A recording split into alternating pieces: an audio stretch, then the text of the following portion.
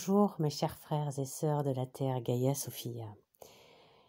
Je vous fais ce petit partage en cette fin d'année parce que nous sommes le 12-12 aujourd'hui et à partir d'aujourd'hui jusqu'à la mi-janvier, nous vivons un passage, ce qu'on appelle un passage sacré tous les ans. Cette année, il est d'autant plus sacré qu'il est très très transformationnel, très transformateur, qu'il nous invite, de plus en plus nous incite même à cette transformation et qu'il amène de la révélation et de la libération. Je vous ai souvent parlé de ces énergies de recalibrage, révélées pour libérer, pour résoudre et renaître, ou en tout cas la résurrection. Donc c'est déjà faire ces aspects-là, on libère que lorsque l'on a révélé des choses, mis en conscience, mis en lumière les choses, c'est alchimique. Et nous vivons une période extrêmement alchimique. Parce qu'il nous est demandé, durant ce grand passage, de changer radicalement nos habitudes qui nous sommes, de faire un grand changement en profondeur. Et c'est très lié à cette période qui amène à cette introspection, à cette intériorisation qui va nous permettre d'aller voir à l'intérieur, de prendre soin de notre intériorité, de notre terre intérieure également. Et faisant cela, dans cette notion de transformation, de révélation et de libération, nous allons pouvoir laisser partir tout ce qui est ancien et même laisser mourir vraiment notre ancien moi. C'est vraiment quelque chose d'alchimique dans le sens d'alchimique. Laisser mourir un ancien pour laisser apparaître, naître et renaître un nouveau. Et donc nous sommes dans cette phase, dans cette intériorisation, de laisser mourir et partir notre ancien moi, nos anciennes habitudes, nos anciennes croyances, nos anciens comportements, tout ce qui est ancien et qui s'effondre, qui fait partie de la 3D, de la personnalité du personnage.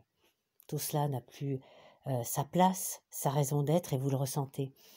Et plutôt que d'y résister, laissons-les aller. Accueillons ce changement vraiment. C'est un changement d'état d'être que nous sommes invités à vivre aujourd'hui et un changement d'état de fréquence. Donc, lorsque l'on change tout cela, on va aussi changer nos pratiques, nos habitudes, nos comportements, nos pensées. Et on va même voir nos émotions être différentes et se manifester de façon différente. Et nous allons de plus en plus aller vers ce qui est élevé en fréquence et qui se met en concordance. Concordance va vraiment avec la notion du cœur, la concorde avec le cœur.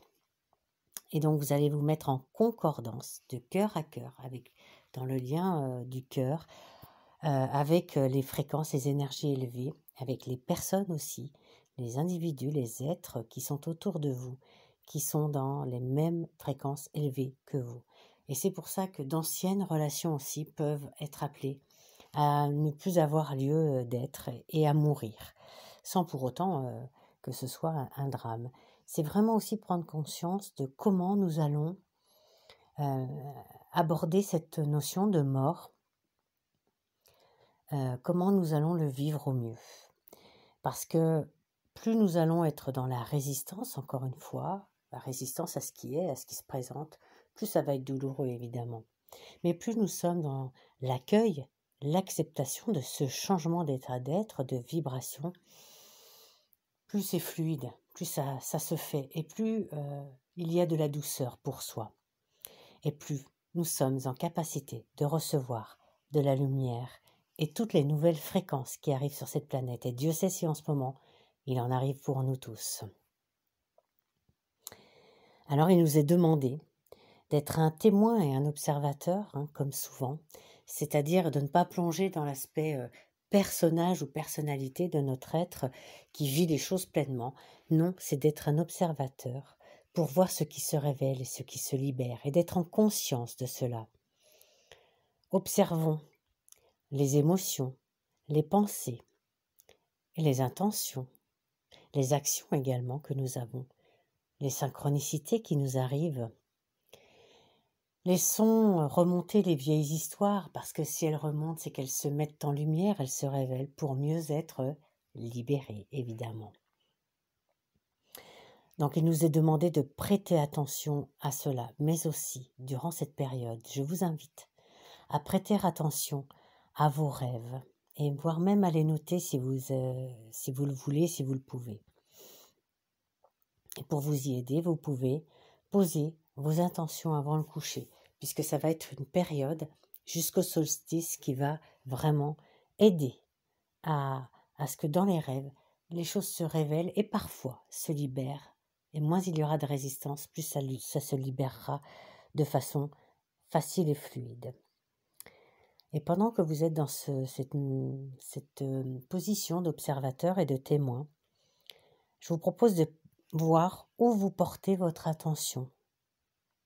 Parce que vous le savez, là où vous portez votre attention, eh bien, tout se renforce, tout se grandit et grandit et devient plus grand et plus fort dans ma vie. C'est-à-dire que si je focalise sur quelque chose de positif, je vais faire grandir ce positif dans ma vie. Si je focalise sur quelque chose de négatif, ce quelque chose va grandir. C'est une loi universelle, ça fait partie de la loi d'attraction. Donc c'est à moi de choisir vers quoi je pose mon attention et comment je vis les choses. Est-ce que je les vis comme de façon négative ou est-ce que j'en tire le meilleur en sachant que je vis une expérience qui est un véritable apprentissage pour moi. Et donc rien n'est fait pour me détruire, me faire souffrir, mais que tout est fait pour m'aider à évoluer, à grandir et à tout porter à ma conscience, à tout révéler, à porter dans mon discernement. Je dis souvent que discernement, discerner, c'est entouré de lumière.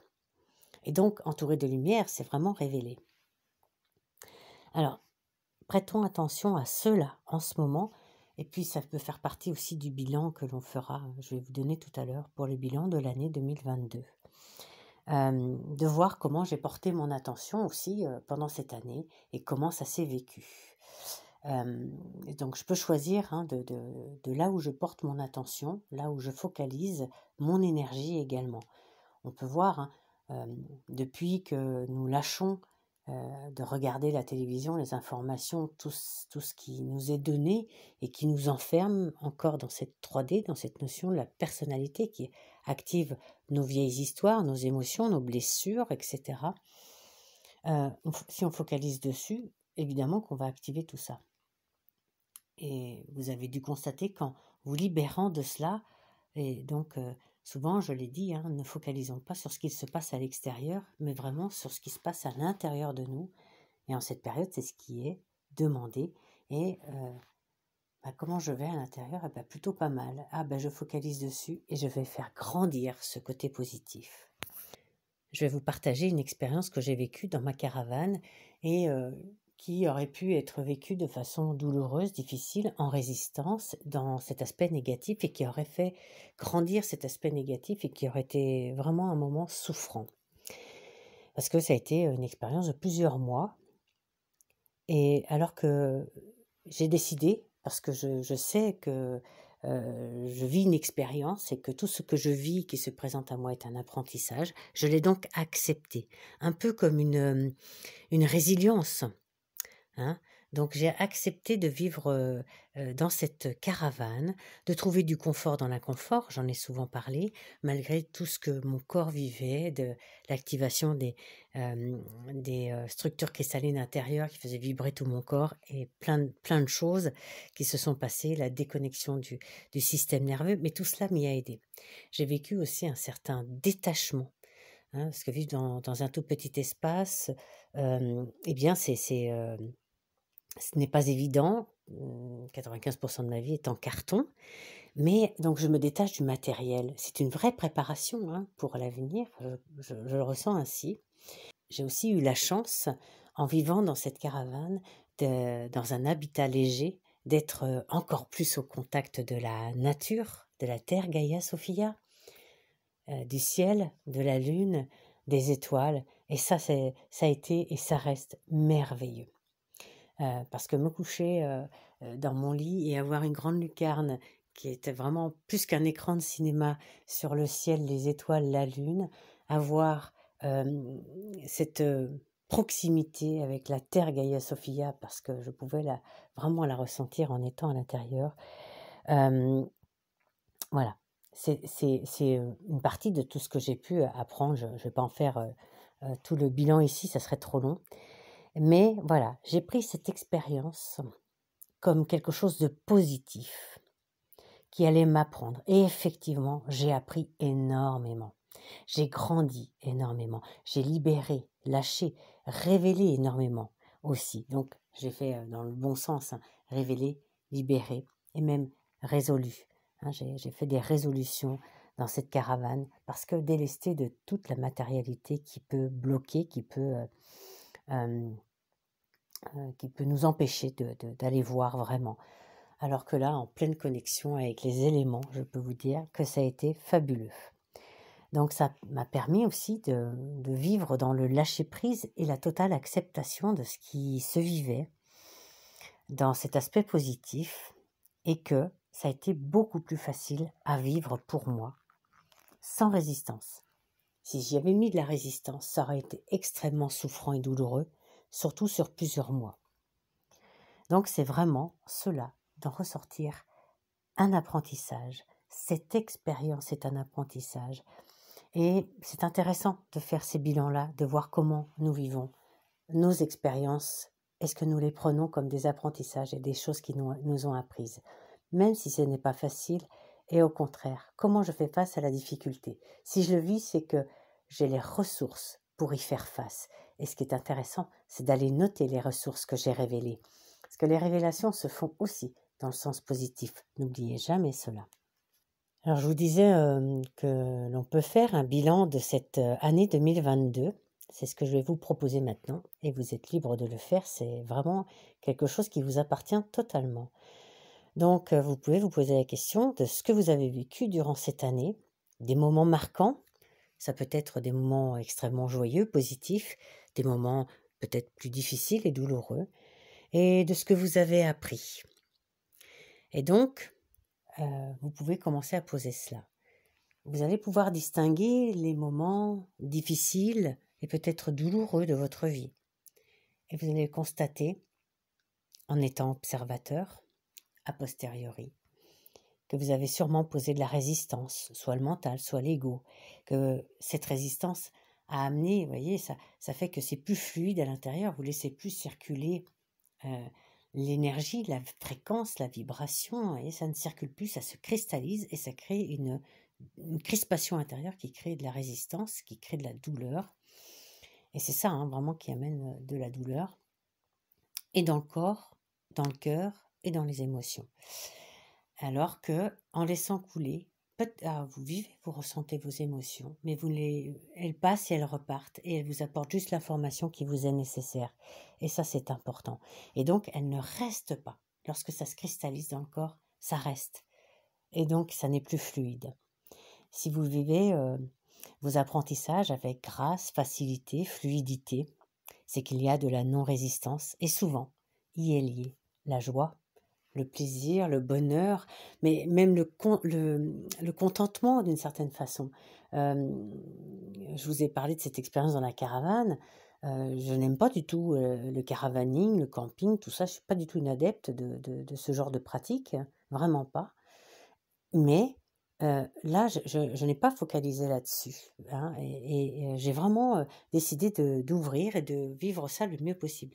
Et bien par moments, il y a eu des émotions, pas toujours faciles, mais je les ai laissées vivre, je les ai laissées être comme étant justes, et je les ai accueillies, acceptées.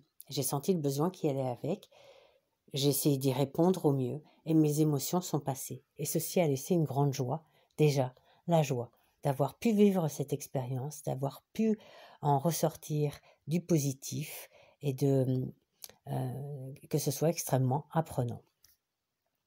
Alors à vous aussi de vous poser les questions par rapport à ces périodes difficiles de résistance, de douleur que vous avez vécues. C'est comment vous avez réussi à les surmonter. Et alors peut-être que vous allez répondre que vous ne les avez pas encore surmontées. Eh bien c'est ok. Vraiment c'est ok. Et si vous les avez surmontées, eh bien, vous allez pouvoir lister les ressources, les capacités, les compétences et tout ce que vous avez révélé pour arriver à surmonter cela. Et vous risquez d'être bien surpris par ce que vous allez noter et même révéler, parce que peut-être que vous n'en aviez pas conscience, que vous aviez pu activer autant de choses en vous. Et c'est toujours des grands pas sur votre chemin. Et puis, vous avez une autre possibilité, particulièrement en ce moment, à partir de ce 12 décembre. Cette année, nous faisons écho au 12 décembre 2012, c'est la 10e année, 12 décembre 2012, 12-12-2012, 12-12-2022, donc ça fait 10 ans. Et je vous propose, puisque ma guidance m'avait proposé ça déjà, de faire la route pavée d'or de Dorothée dans Le Magicien d'Oz, et de faire les 10 jours qui vont du 12-12 au 21-12. Et de faire ce bilan de ces 10 années.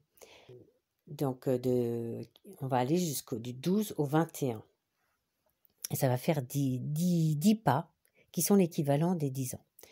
Le 12 va faire écho à l'année 2012, le 13 à l'année 2013, et le 14 à l'année 2014, etc.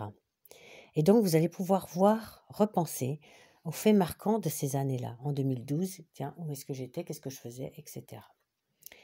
Quelles étaient mes difficultés, qu'est-ce que j'ai surmonté, ou quels étaient mes moments positifs de bonheur. Cette année, là, dans ce 12e jour du mois de décembre, tiens, qu'est-ce que je vis? Est-ce qu'il y a des choses qui vont se mettre en corrélation? Et puis, je vais faire le bilan de ce que j'ai grandi dans ces 10 ans, de ce que j'ai fait évoluer. Et vous ferez pareil pour toutes les années. Et puis, vous pouvez aussi vous laisser inspirer, il n'y a pas de souci, c'est une trame. Et vous pouvez vous laisser inspirer pour voir aussi, peut-être, faire une observation de ce qui a évolué entre-temps, de ce que vous avez évolué. 10 années, c'est pas rien. Et de ce que vous avez pu manifester, incarner, créer réellement, de tout ce que vous avez pu lâcher, etc. Et en étant honnête avec soi-même, on est en capacité de faire un vrai bilan pour savoir ce qui nous reste à faire et comment on va continuer à avancer. Parce que 2023 va nous demander de véritablement changer. Si je ne fais pas un vrai bilan, je ne sais pas trop où j'en suis. Et donc, il est difficile de changer. Voilà, c'est ça qui est dans l'invitation et l'incitation de ce moment. Et pour terminer, c'est d'autant plus un moment propice. Alors, peut-être que vous le savez déjà, mais j'en ai déjà un petit peu parlé, la magnétosphère de notre planète, et ceci depuis le début de l'année à peu près, a commencé à s'effriter. Cette magnétosphère qui retenait la planète, qui l'emprisonnait dans sa condition de 3D et de tout ce que l'on peut savoir de cela, de ce côté enfermant, négatif, emprisonnant même, eh bien, est de plus en plus en train de disparaître.